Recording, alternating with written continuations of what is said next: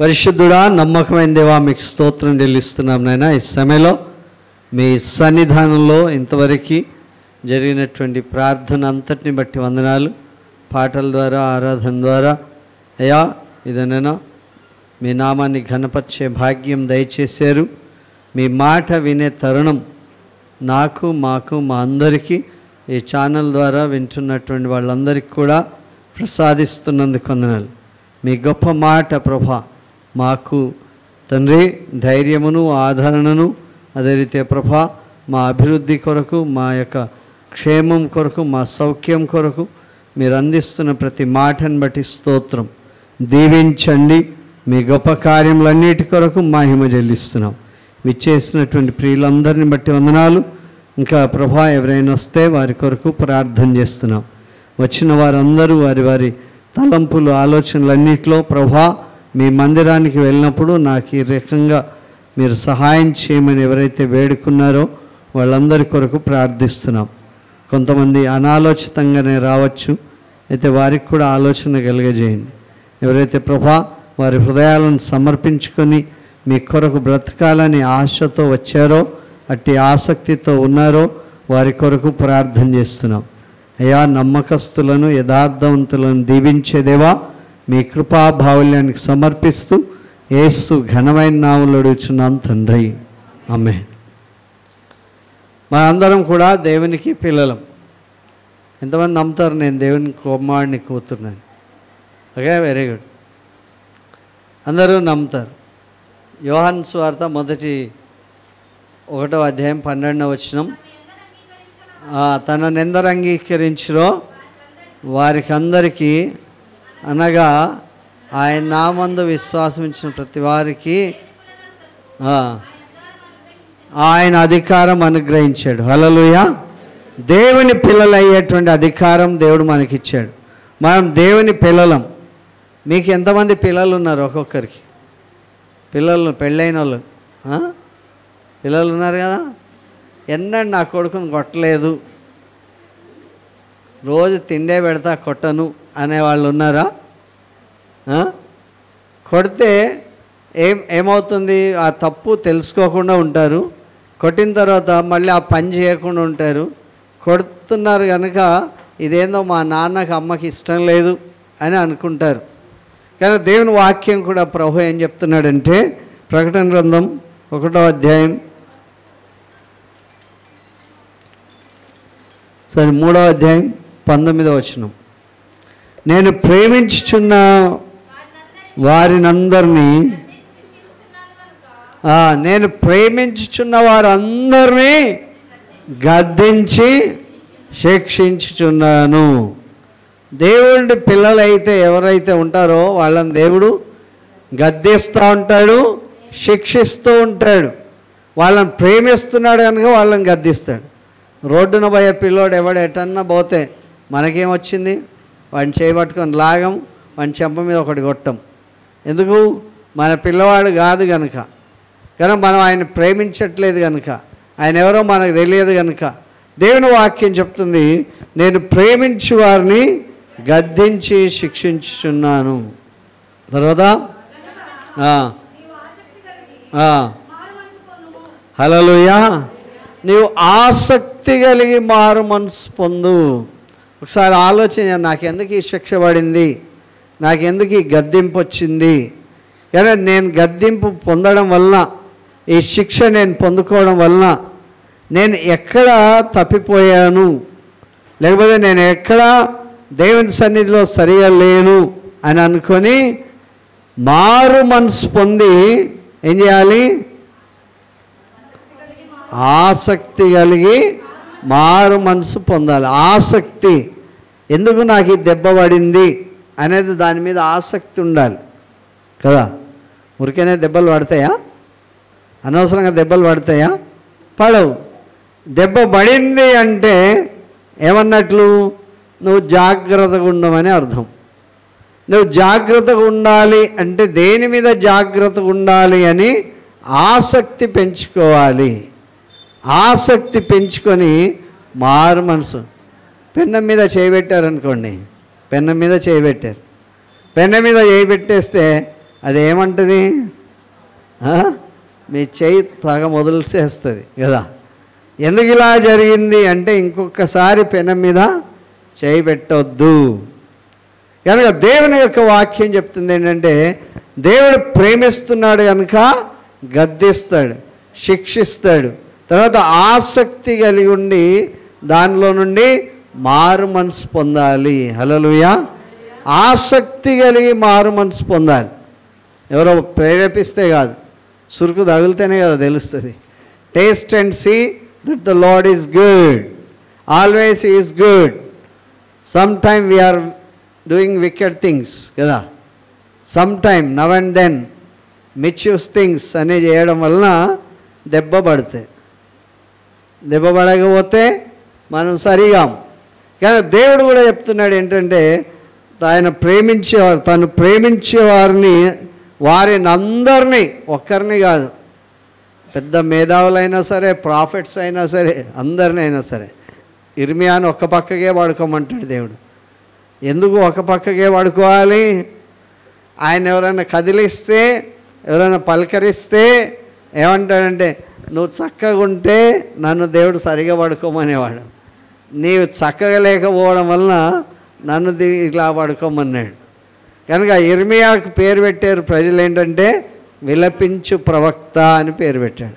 ఈయన ముట్టుకుంటే ఏడుపు, ఈయన పట్టుకుంటే ఏడుపు, ఈయన దగ్గరికి పోతేనే ఏడుపు. కనుక ఏడుపు ప్రవక్త ఈయన కదా. బన్ను చక్కగా ఉన్నా నాయన అని ఎన్నిసార్లు చెప్పినా సరే, వంకర పోతూ ఉంటే వాళ్ళ అమ్మ నాన్నలు కూడా ఏడవాలి కదా. కనుక దేవుడు ఏం చేస్తాడనమాట, రాడ్ పెడతాడు. ఏం పెడతాడు? ఒక ప్లమ్ లైన్ పెడతాడు. చక్కగా ఉండే లైన్ పెట్టేస్తే దానికి అతుక్కుపోతారు. దేవుని వాక్యం చెప్తుంది, గద్దించేవాడిని, ప్రేమించేవాడిని గద్దిస్తారు. హల్లెలూయా. ఒకవేళ మీరు తింటూనే ఉన్నారనుకోండి, తిన్న అటు ఇటు పడేస్తున్నారనుకో, చెత్త, బాగా తిన్నావు, ముద్దుగా తిన్నావు అంటారా?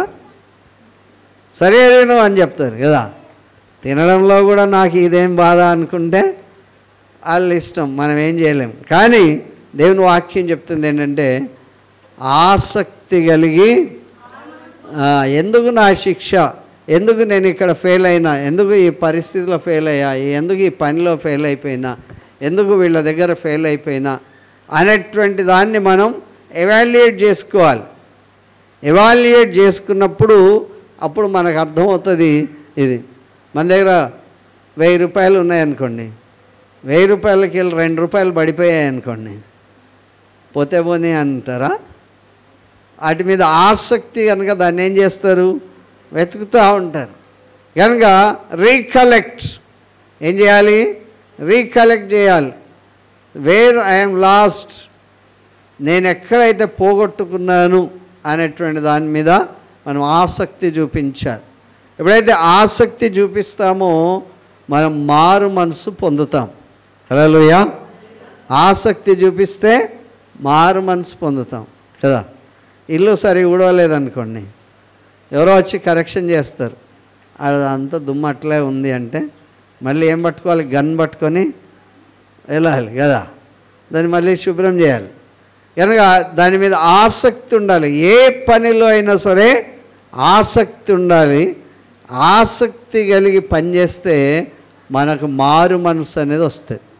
హల్లెలూయా. మారు మనసు అంటే ఏంటి అర్థం? ఏ పని అయితే చేయకూడదో అది చేయకూడదు, ఏ పని అంటే చేయాలో అది చేయాలి. కనుక మారు మనసుకు తగిన ఫలము ఫలించండి. హల్లెలూయా.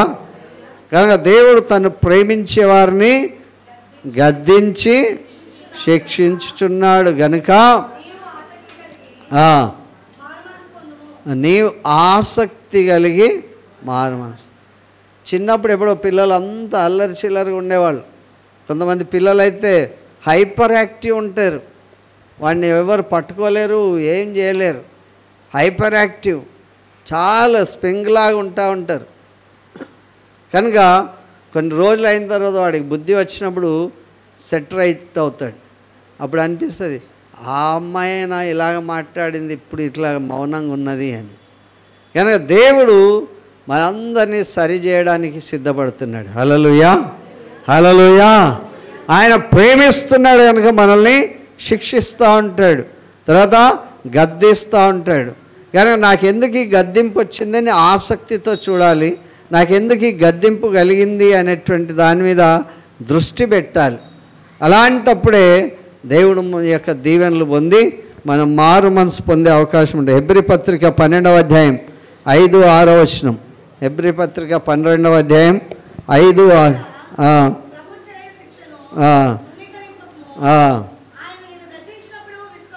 హల్లెలూయా. దేవుడు చెప్తున్నాడు, నా కుమారుడా ప్రభు చేయు శిక్షను తృణీకరించవద్దు. ఆయనను గద్దించినప్పుడు విసిగిపోవద్దు. హల్లెలూయా కదా. విసుగులు అందరికీ వస్తాయి కదా.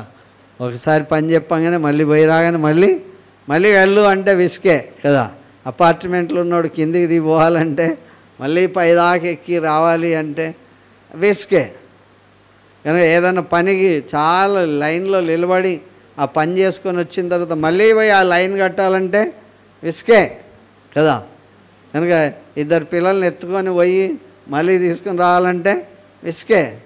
ఓ 10 మంది వచ్చారనుకోండి, వంట చేసి పెట్టడం ఒక్కసారి, మళ్ళీ రెండోసారి కూడా రెండో ట్రిప్లో కూడా 15 మంది వచ్చారనుకోండి, అప్పుడు వంట చేయడం విసుకే.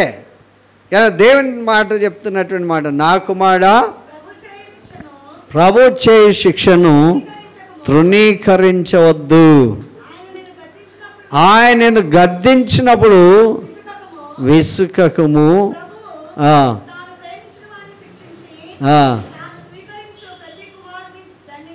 హల్లెలూయా. ప్రభు తను ప్రేమించి వారందరినీ శిక్షించి తాను స్వీకరించు ప్రతి కుమారుని దండించు. హల్లెలూయా. ఒకసారి ఆర్మీలో కానీ పోలీసులో కానీ వేరే వేరే బార్డర్ సెక్యూరిటీ BSFలో కానీ వాళ్ళ నాన్ననే ఉన్నాడు అనుకోండి, ట్యూటరే వాళ్ళ నాన్న ఉన్నాడు అనుకోండి, ఆయనకు రన్నింగ్ నేర్పాలా వద్దా, లాంగ్ జంప్ నేర్పాలా వద్దా, హై జంప్ నేర్పాలా వద్దా కదా. ఆ గడ్డర్ అందులో దూరిపోయేటువంటిది, పైపులో దూరిపోయడం నేర్పాలా వద్దా, తాడు స్కిప్ చేయడం నేర్పాలా వద్దా. మా అబ్బాయి ఏమో పర్వాలేదు అంటే టెస్ట్ పెట్టినప్పుడు పాస్ అవుతాడా ఫెయిల్ అవుతాడా? అందరినీ చూసి టెస్ట్ పెట్టినప్పుడు అందరిలో ఈయన కూడా పోవాలి. మా నాన్న కదా అని చెప్పి నాన్న సాటు కూర్చుంటే కుదరదు. కానీ దేవుని వాక్యం చెప్తుంది, ఆయన ప్రేమించే వాళ్ళందరినీ ఆయన సన్నద్ధులుగా చేస్తాడు. శిక్షణ అంటే ఇక్కడ తర్బీదు, ఇక్కడ శిక్షణ అంటే తర్బీదు, గద్దింపు అంటే క్రమశిక్షణ. హల్లెలూయా.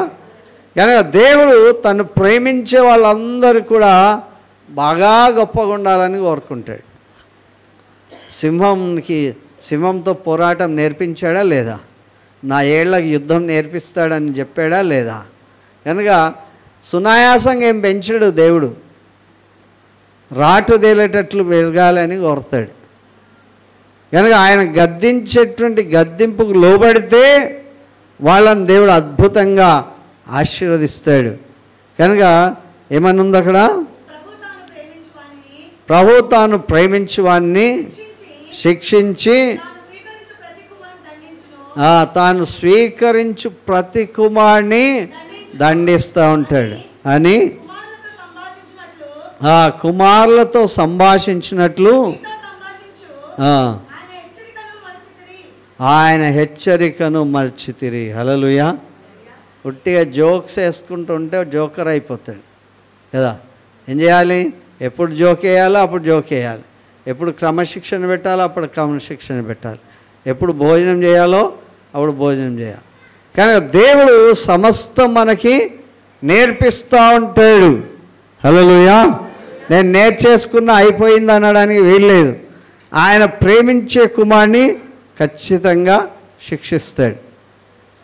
షూ ఉల్టా పల్టా వేసుకున్నారనుకోండి, అటు దిటు ఇటు దాటి వేసుకున్నారనుకోండి, పర్లే బాగుంది నడువు అంటారా?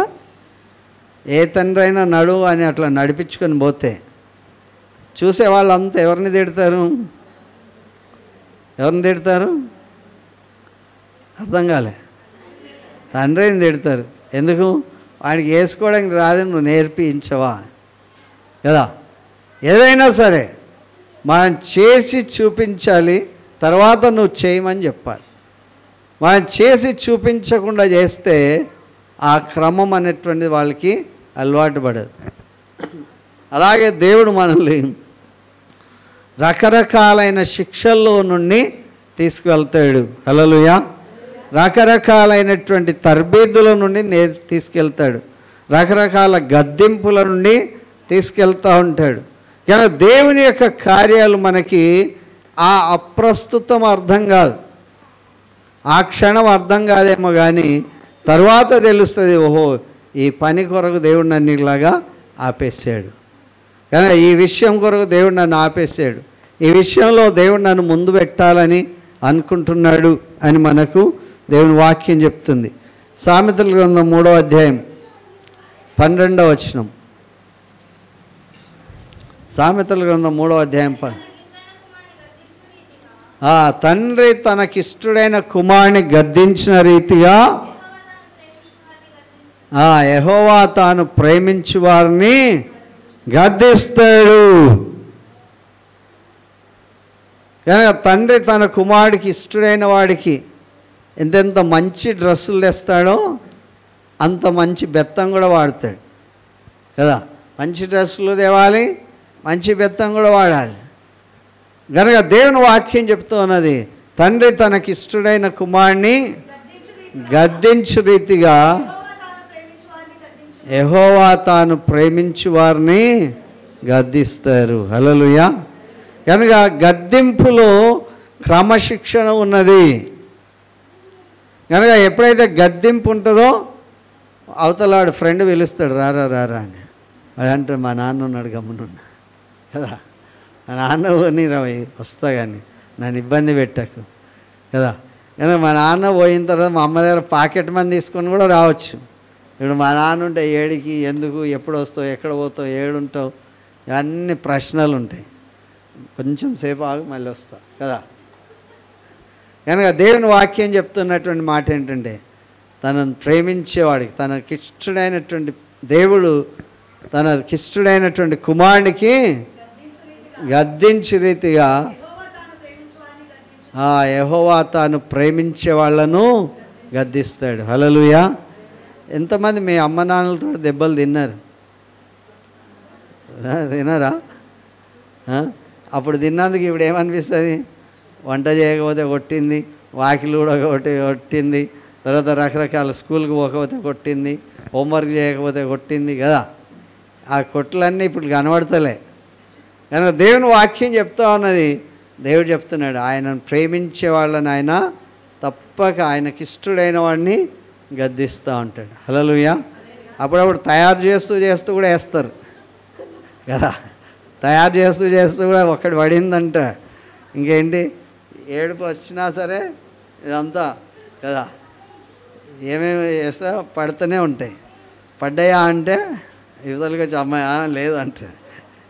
దేవుని వాక్యం చెప్తుంది, ఆయనకిష్టుడైనటువంటి వాళ్ళందరినీ దేవుడు శిక్షిస్తూనే ఉంటాడు, గద్దిస్తూనే ఉంటాడు, తర్వాత ప్రేమిస్తాడు. తర్వాత యోబు పత్రిక, యోబు గ్రంథం 5వ అధ్యాయం 15వ వచనం. ఆయన ఏం చేస్తాడంట?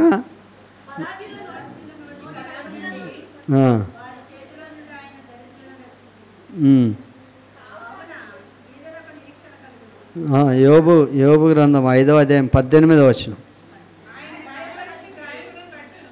ఆయన గాయం చేస్తాడంట, గాయం మళ్ళీ కడతాడు. ఆయన గాయం చేయను, ఆయన గాయం చేస్తే 3 రోజులు ఉపవాసం ఉండాలి. ఆయన గాయం చేస్తే 3 రోజులు ఉపవాసం. అపోస్తలుడైన సౌలు ఏం చేశాడు? ఉపవాసం ఉన్నాడు.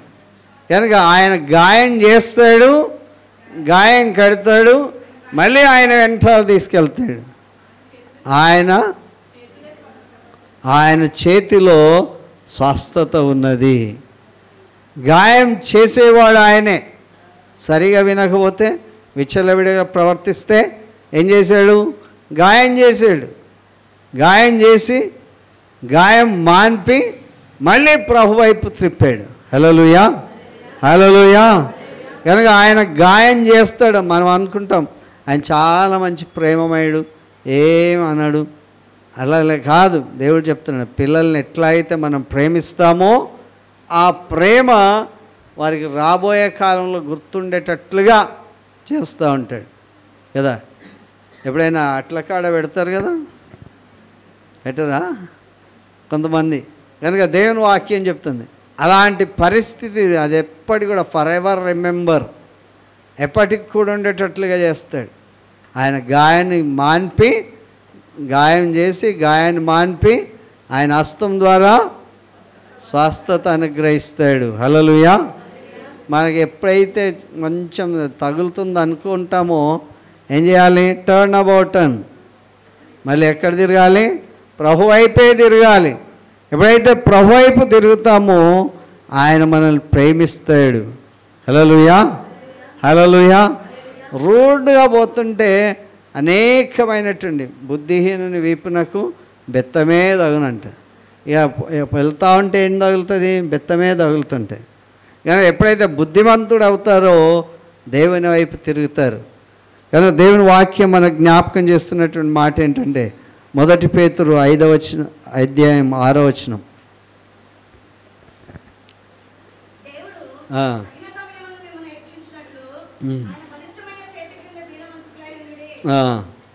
కనుక humble in the sight of the Lord. దేవుడు తగిన సమయమందు మిమ్మల్ని హెచ్చిస్తాడు. దేవుడు నన్ను హెచ్చిస్తాడు ఒకరోజు అనేటువంటి ఆ దృక్పథం మనకు ఉండాలి. ఆ గమ్యం చేరుతామన్నట్లుగా ఉండాలి. దేవుడు నన్ను ఆ గమ్యం వైపు నిలబెడతాడు అన్నట్లుగా ఉంటే దేవుడు చెప్తాడు, దేవుడు తగిన సమయమందు మిమ్మల్ని హెచ్చించినట్లు ఆయన బలమైన చేతి కింద దీన మనస్కులై ఉండాలి. హల్లెలూయా. కనుక తగిన సమయమందు ఆయన మనం హెచ్చిస్తాడు. మన తల ఎత్తువాడు, మనకి నిండే పొర్లున్నట్లుగా చేసేవాడు, మనకు అద్భుతమైనటువంటి విజయాలు ఇచ్చేవాడు. కనుక తగిన సమయమందు లెట్ యువర్ టర్మ్ కమ్. మీ యొక్క వరుస క్రమం రానివ్వండి.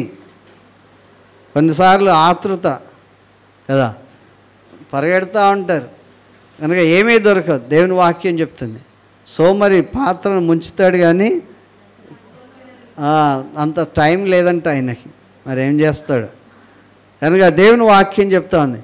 కనుక సోమరులు కాకుండా దేవుని యొక్క మాటకు విధేయత కలిగినటువంటి వ్యక్తులుగా ఉంటే ఆయన బలిష్టమైన చేతి కింద దీన మనస్కులై ఉండాలి. హంబుల్, చాలా దీనంగా ఉండాలి, చాలా ఘనంగా ఉండాలి. దేవుని యొక్క సన్నిధిలో మనల్ని ప్రభుకి సమర్పితం చేసుకోవాలి. ఆయన బలమైన చేతి కింద. మన తెలుగులో సామెత ఉంటుంది, వడ్డించేవాడు మన వైపు ఉంటే బందీలు ఎక్కడ కూర్చున్నా మనకి భాగం వస్తుంది. వడ్డించేవాడే మన పక్షం. వడ్డించేవాడి చేతి కిందనే మనం ఉంటే మన కొరకు ఆయన దాచిపెడతాడా లేదా? ఖచ్చితంగా ఇస్తాడు కదా. అందరికీ అయిపోతుందేమో కానీ మనకు మాత్రం అయిపోదు. కానీ దేవుని వాక్యం చెప్తుంది ఏంటంటే ఆయన బలిష్టమైన చేతి కింద దీన మనస్కులై ఉండాలి. కనుక అప్పుడు ఆసక్తి కలిగి మారు మనసు అనేటువంటి దేవుడు మనకి అనుగ్రహిస్తాడు. యెషయా గ్రంథం 48:10 వచనం.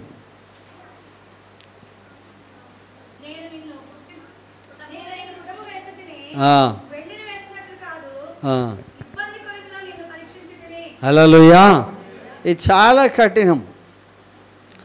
బంగారమా మేలిం బంగారమా, రోల్డ్ గోల్డా కదా. బంగారం కన్నా బాగా మెరుస్తుంది ఏ గోల్డ్? రోల్డ్ గోల్డ్ కదా. బంగారం కన్నా బాగా మెరుస్తుంది. మనం అంటూ ఉంటాం ఏం లేని ఇస్తారాక ఎగిరెగిరి పడుతుంది అంటుంది కదా. అందులో ఏమి ఉండదు, ఎగురుతూ ఉంటుంది. దాన్ని తీసుకొని ఎక్కడేస్తాడంట?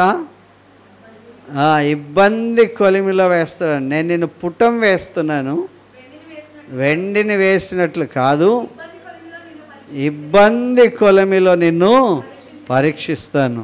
కష్టాలు రావని లేదు ఇక్కడ దేవుని వాక్యంలో. నువ్వు నన్ను నమ్ము, కష్టాలు ఏవి రావని అనట్లే. ఎలాంటివి వస్తాయంట? ఇబ్బంది కొలిమిలో కదా, అగ్నిలో తీసుకుపోగానే చూసి తూచి ఏం చేస్తాడు? అందులో వేసేస్తాడు. అమ్మమ్మో ఇప్పటివరకు మెడలు వేసుకున్నా అంటే కుదరదు కదా. రోళ్ళు గోళ్ళు తెచ్చి మెడలు వేసుకుంటే ఏం ప్రయోజనం? అది మళ్ళీ బయటికి కూడా రాదు. కానీ దేవుని వాక్యం చెప్తున్నటువంటి మాట ఏంటంటే, ఇబ్బంది కొలిమిలో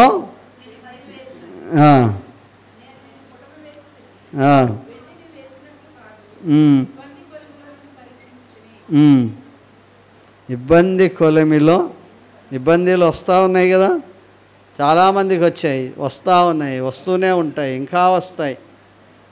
వాటన్నిటిలో మనం సేఫ్ గార్డ్గా ఉండాలి అంటే ప్రభు యొక్క బలమైన చేతి కిందిలో దీన మనసులో ఉన్న. యోబుని గురించి దేవుడే చెప్పాడు. అరే యోబుని చూసావా అన్నాడు. సైతాన్తో ఏమన్నాడు? యోబుని చూసావా అన్నాడు. సైతాన్ వచ్చి చెప్పలే, నేను యోబుని చూశాను అనలే. యోబుని చూసావా, ఆయన ఒక మాట కూడా నా గురించి వ్యతిరేకంగా మాట్లాడాడు. చాలా ధనవంతుడు అయినా ఆయన గర్వం లేదు. చాలా ధనవంతుడు అయినా ఆయన ప్రతిరోజు వాళ్ళ ఇంటి వాళ్ళ కొరకు విజ్ఞాపన చేస్తాడు. ఆయన ధనవంతుడు అయినప్పటికీ రోజు వాళ్ళ ఇంట్లో దావత్ చేస్తూనే ఉంటారు. రోజు ఒక్కొక్కరింట్లో అన్ని వేలు ఉంటే ఏం చేసుకుంటారు కదా, 10 కోళ్ళు ఉంటేనే కోసేస్తాం మనం. కనుక వాళ్ళు వేలు అట్లా చేసినప్పటికి కూడా ఏమైంది? ఒకరోజే పిల్లలందరూ చనిపోయారు, ఒకరోజే గొర్రెలన్నీ కూడా చనిపోయాయి, ఒకరోజే వంటలన్నీ చనిపోయాయి.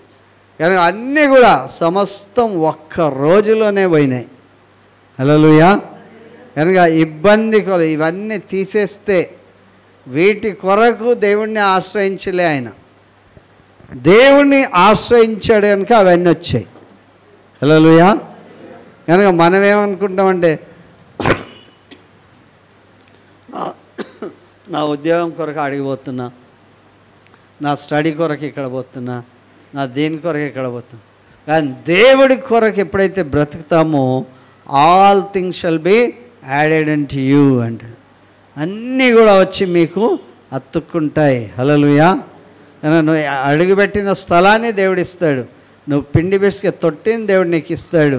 నువ్వు ప్రభువును కలిగి ఉంటే సమస్తం దేవుడు మీకు ఇస్తాడు. హల్లెలూయా. సమస్తం కావాలి అంటే ఎవరిని పట్టుకోవాలి? ప్రభువును పట్టుకోవాలి. హల్లెలూయా.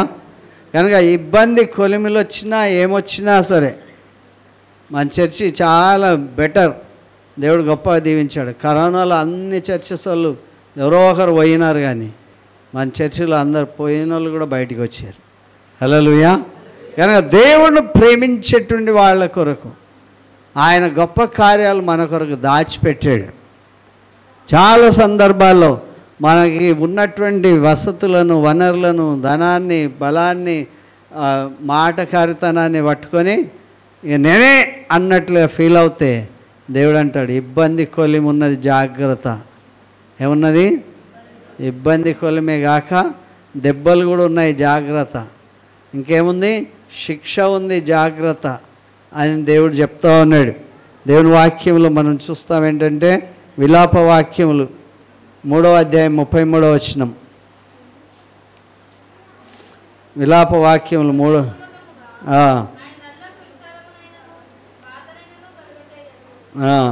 హృదయపూర్వం కావాలని చేయడంట దేవుడు. ఆయన చేసే తుంటరితనాన్ని బట్టి చేస్తాడు.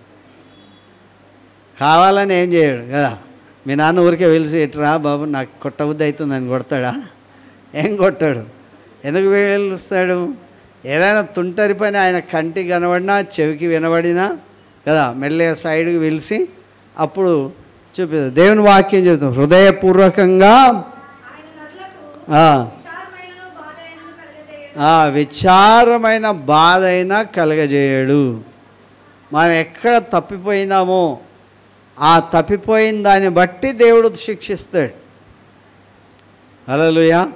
ఒక్కొక్కసారి అనిపిస్తుంది, నాకే అన్ని కష్టాలు ఎందుకు కదా, నాకే ఈ బాధలు ఎందుకు, నాకే ఈ సమస్యలు ఎందుకు. చాలామంది ఉన్నారు లోకంలో, వాళ్ళకుండేవి వాళ్ళకు ఉంటాయి. మనకుంటాయి. మనం ఒక్కరమే అట్లాస్ ప్రపంచ భారాన్ని మోసినట్లు ఫీల్ కాకరు కదా.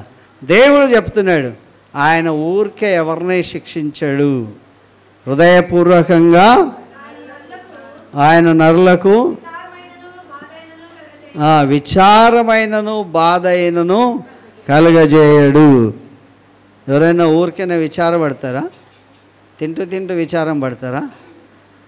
కనుక దేవుని వాక్యం చెప్తుంది దేవుని యొక్క కార్యం మన జీవితంలో జరగాలి. కనుక మనం ఏం చేయాలి? ఆసక్తి కలిగి మారు మనసు పొందాలి. ఆసక్తి, ఎందుకు నాకు ఇది వస్తుంది కదా, ఎందుకు ఈ సబ్జెక్ట్లో ఫెయిల్ అవుతున్నా, ఎందుకు ఈ పనిలో ఫెయిల్ అవుతున్నా, ఎందుకు ఈ ప్రయత్నంలో ఫెయిల్ అవుతున్నా అనేటువంటి దాన్ని మనం బేరీజు వేసుకోవాలి. హల్లెలూయా. ఉజ్జియాకు మరణకరమైన వ్యాధి వచ్చింది. యెషయా ప్రవక్త వచ్చి చెప్పేశాడు. చెప్పి మళ్ళీ పోవడానికి సిద్ధంగా అయ్యాడు. ఆయన గోడవైపు ముఖం పెట్టి ప్రార్థన చేశాడు. ప్రార్థన చేయడమే కాక నేను ఎక్కడ ఫెయిల్ అయినా అని చూసుకున్నాడు. నేను ఎక్కడ ఫెయిల్ అయ్యా, ఏ పని చేయలేదు దేవా, యథార్థంగా నీ దృష్టికి నేను ఎట్లా బ్రతికానో ఒక్కసారి జ్ఞాపకం చేసుకో అన్నాడు. హల్లెలూయా. నన్ను ఒక్కసారి జ్ఞాపకం చేసుకుంటే నా పట్టిక మొత్తం తెలుస్తుంది కదా, నా టేబుల్ మొత్తం అర్థమైపోతుంది. నేను తిన్నప్పుడు ఎట్లున్నా, పడుకున్నప్పుడు ఎట్లున్నా, లేచినప్పుడు ఎట్లున్నా, రాజ్యం మీద అధికారం చేసినప్పుడు ఎట్లున్నా, ఏమేమి కట్టించా, ఏమేమి త్రవ్వించా, ఏమేమి సున్నగోగులు కట్టించా, ఇవన్నీ జ్ఞాపకం చేసుకుంటే దేవుడు మారు మనసు పొందాడు. హల్లెలూయా. ఎన్ని సంవత్సరాలు ఆయుష్ పొడిగించాడు? మనం బెడ్ మీద పోగానే దేవుడు గుర్తొస్తాడు, కానీ మనకి ఆ పట్టిక ఏం గుర్తుకు రాదు కదా. నేను దేవుడి కొరకు ఎన్ని రోజులు ప్రార్థన చేశా, ఏ రకంగా ఉన్నా, ఏ రకంగా మాట్లాడినా, ఏ రకంగా ఇది చేశా, ఇవేవి గుర్తుకు రావు. నన్ను ఇక్కడ లేపు, ఇంటికి తీసుకుపో అని దేవుడు అంటాడు. నువ్వు విను కదా, నువ్వు వింటే దేవుడు అద్భుతమైన విజయాలు చేస్తాడు. హల్లెలూయా. కానీ దేవుని యొక్క కార్యం మన జీవితంలో జరగాలి. తప్పులు దొరలయా? చేస్తామా లేదా తప్పులు కదా? వాంటెడ్లీగా చేయకపోవచ్చేమో, అన్వాంటెడ్ మనకు తెలియకుండా తప్పులు చేస్తూ ఉండవచ్చు. కానీ తప్పులు చేస్తే దేవుడు తన యొక్క శిక్ష మన మీద ఉంచుతాడు. హల్లెలూయా. యూదా ఇస్కరియోతు ఏం చేశాడు? యేసుప్రభుని ఒక దెబ్బన్నా కొట్టాడా? చూసారా? కొట్టలేదు. యేసుప్రభుని ఒక్క దెబ్బ కూడా పెట్టలే, ముద్దు పెట్టుకున్నాడు. కానీ శిక్ష ఎవరికి వచ్చింది? యూదా ఇస్కరియోతుకు వచ్చింది. యేసుప్రభు కన్నా ముందే చచ్చిపోయాడు, రివర్స్ చచ్చిపోయాడు. కానీ దేవుని వాక్యం చెప్తుంది ఏంటంటే, మనం చేసిన తప్పులకు మనము ప్రతిఫలం తప్పకుండా అనుభవిస్తాం. మనం అనుకుంటామే, నా గట్టిగా నేను పాస్టర్ అయిపోయినా అంటే కుదరదాడా. దేవుని యొక్క కార్యం అక్కడ జరగాలి. హల్లెలూయా. హల్లెలూయా. మరి మీరు నిజంగా దేవుని బిడ్డలైతే శిక్షకు సమ్మతిస్తారా? సౌండ్ రావట్లే. సమ్మతిస్తారా? కానీ దేవుని వాక్యం చెప్తుంది, ఆయన శిక్ష తృణీకరించేటువంటి శిక్షకు సమ్మతిస్తే మనం మళ్ళీ ఆ తప్పులు చేయం కదా. ఊర్లలో పక్కోడే వాకిలు దొక్కొద్దు అని చెప్పారనుకో, అట్లా చుట్టన్న తిరిగి వస్తారు, కానీ వాళ్ళు వాకిలు దొక్కరు కదా. ఇక్కడంటే అన్ని వాకిళ్ళు కలిసే ఉంటాయి. దేవుని వాక్యం చెప్తా ఉంది, ఒక్కసారి దేవుడు కనుక మనకి క్రమం పెడితే ఆ క్రమానికి మనం కట్టుబడి బ్రతకాలి. దేవుని వాక్యం ఇంకా జ్ఞాపకం చేస్తుంది ఏంటంటే, 103వ కీర్తన 10 నుంచి 14 వచనాలు.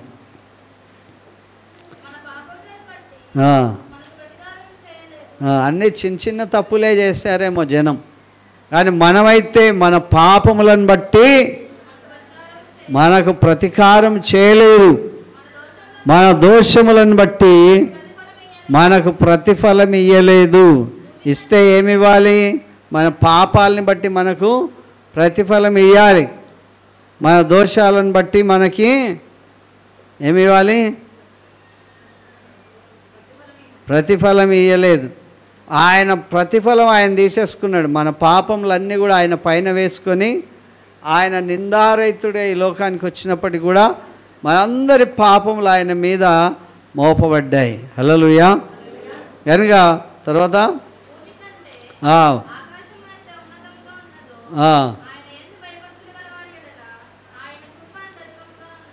ఆయన ప్రేమ చాలా గొప్పది. భూమి కంటే ఆకాశం ఎంత ఉన్నతంగా ఉన్నదో యెహోవా యందు భయభక్తుల వారి ఎడల ఆయన కృప అంత అధికంగా ఉన్నది. హల్లెలూయా. కనుక అంత పెద్ద కృప దేవుడు మనకు చూపిస్తూనే ఉన్నాడు. అంత కృపను పక్కబెట్టి మనం ఏం చేస్తున్నాం? చిన్న చిన్న తప్పులు కదా, ఆయన గీలడం చిన్న తప్పు కదా, ఇది చేయడం చిన్న తప్పు, వద్దనమ్మని చేయడమే పెద్ద తప్పు. కనుక దేవుని వాక్యం చెప్తుంది ఏంటంటే భూమి కంటే ఆకాశం ఎంత ఉన్నతంగా ఉన్నదో ఆయన యందు భయభక్తులు గల వారి ఎడల ఆయన కృప అంత ఉన్నది. తర్వాత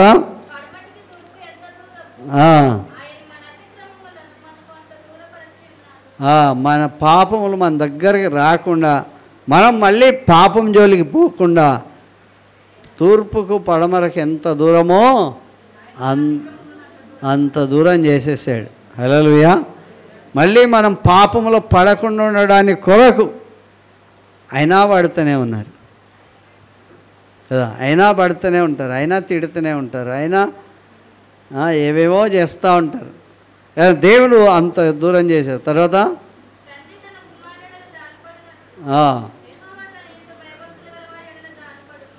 తండ్రి తన కుమారుల జాలిపడినట్లు యెహోవా తన యందు భయభక్తులు గల వారి ఎడల జాలి పడుతున్నాడు. హల్లెలూయా. గొప్పగా తిట్టి దేవా క్షమించు అంటే అరే జాలిపడ్డాడు పోనీ అంటారు కదా. అప్పుడప్పుడు చాలా మంచి యాక్షన్ చేస్తాం, నాకేమి తెలియదు, నాకేం మట్టి అంటుకోలే, నేనేం చేయలే అన్నట్లుగా చెప్తారు. అయినప్పటికీ కూడా దేవుని వాక్యం చెప్తుంది తండ్రి తన కుమారుల ఎడల జాలిపడినట్లు యెహోవా తన యందు భయభక్తులు గలవారి ఎడల జాలి పడతాడు. హల్లెలూయా. ఆయన నీ పట్ల నువ్వెన్ని తప్పులు చేసినా జాలి పడుతూనే ఉన్నాడు. ఆ శిక్షించినా సరే ఒక్కొక్కసారి శిక్ష నాకు శిక్ష పడింది అనుకోం కదా, సునాయాసంగా ఒకసారి చెక్కబోయి వచ్చేసా అంటాం. దేవుని వాక్యం చెప్తుంది ఆయన నిన్ను ప్రేమిస్తున్నాడు. హల్లెలూయా. శిక్ష అరువులా కాదా? అరువులం కనుక మన యొక్క లిమిట్లో మనం ఉండాలి. ఎంతలో ఉండాలో అంతలో ఉండాలి. మన లిమిట్ ఏంటో మనం చూసుకోవాలి. నేనెవరు, నేనేంటి, నేను ఏం చేస్తున్నా అనేటువంటి దాని మీద ఎప్పటికి కూడా లెక్క అప్పచెప్పాలి. హల్లెలూయా. యెషయా గ్రంథం 53:5 ఏం చెప్తుందంటే ఎంత ప్రేమమయుడైనటువంటి దేవుడు ఏం చేశాడంట, మన అతిక్రమ క్రియలను బట్టి అతడు గాయపరచబడెను, మన దోషములను బట్టి నలగొట్టబడెను, మన సమాధానార్థమైన శిక్ష అతని మీద పడెను, అతడు పొందిన దెబ్బల చేత మనకు స్వస్థత కలుగుతున్నది. హల్లెలూయా. కనుక ఆ ప్రేమమయుడు తన రక్తం ద్వారా ఆయన శరీరం ద్వారా మనందరికీ సంపూర్ణమైన స్వస్థత ప్రసాదిస్తున్నాడు. కనుక దేవుని నామం పేరట మనం కుడికి కానీ ఎడమకి కానీ తొలగకుండా బ్రతికితే అద్భుతమైన విజయాలు దేవుడు మనకు సొంతం చేస్తాడు. హల్లెలూయా. కనుక దేవుని వాక్యం ప్రతి వారం వింటున్నాం, అనేక చోట్ల వింటూ ఉన్నారు. మన యొక్క అభివృద్ధి అనేటువంటిది మనం చూడాలి. హల్లెలూయా. అభివృద్ధి చూడాలా వద్దా? తగిన సమయం దేవుడు హెచ్చించినట్లు ఆయన బలిష్టమైన చేతి కింద దీన మనస్కులై ఉండాలి. ఆయన బలమైన చేతి కింద దీన మనస్కులై ఉంటే దేవుడు మనల్ని అంచెలంచెలు ఆశీర్వదిస్తాడు. హల్లెలూయా. 30 60 100 ఇది క్రమం. 100 60 అంతలు 30 అంతలు దీవించాడంట దేవుడు. ఎలా దీవిస్తాడు? 30 అంతలు 60 అంతలు 100 అంతలు. కనుక మీ ఫలం నిలిచి ఉండాలి, మీ ఫలం విస్తరించాలి. అలాంటి పరిస్థితిలోనే దేవుడు గొప్ప కార్యం చేస్తాడు. హల్లెలూయా, హల్లెలూయా. కనుక దేవుడు మనల్ని ఏం చేస్తాడంట? ఏం చేస్తాడు? పూర్ణ గారు ఏం చేస్తాడు? నన్ను ఇప్పటిదాకా ఏం చేయలేదంట, శిక్షిస్తాడు. ఓకే, మనకు అది అర్థం కాదు ఎట్లాగవుతుంది అనేది. కానీ దేవుడు కార్యం చేయగా ఎవ్వరూ ఆపలేరు. హల్లెలూయా. భూకంపం తెచ్చింది, ఎలా శిక్షించాడు? వాళ్ళు నీళ్ళలో ఎవ్వడు తవ్వలే కదా, బుల్డోజర్ పెట్టి తవ్వలే, గడ్డపారేసి తవ్వలే, దానంతలాలే భూమి తెరుచుకున్నది. కనుక వాళ్ళు మొత్తం సొరంగం అట్లా వెళ్ళిపోయారు, మింగేసింది, భూమి మింగేసింది. కనుక దేవుని వాక్యం చెప్తుంది, దేవుని యొక్క కార్యాలు మన జీవితంలో చూడాలి. మనలో చాలామందికి టు బి డౌట్ లేకుండా చెప్పొచ్చు, భయం లేదు. అంగీకరిస్తారా?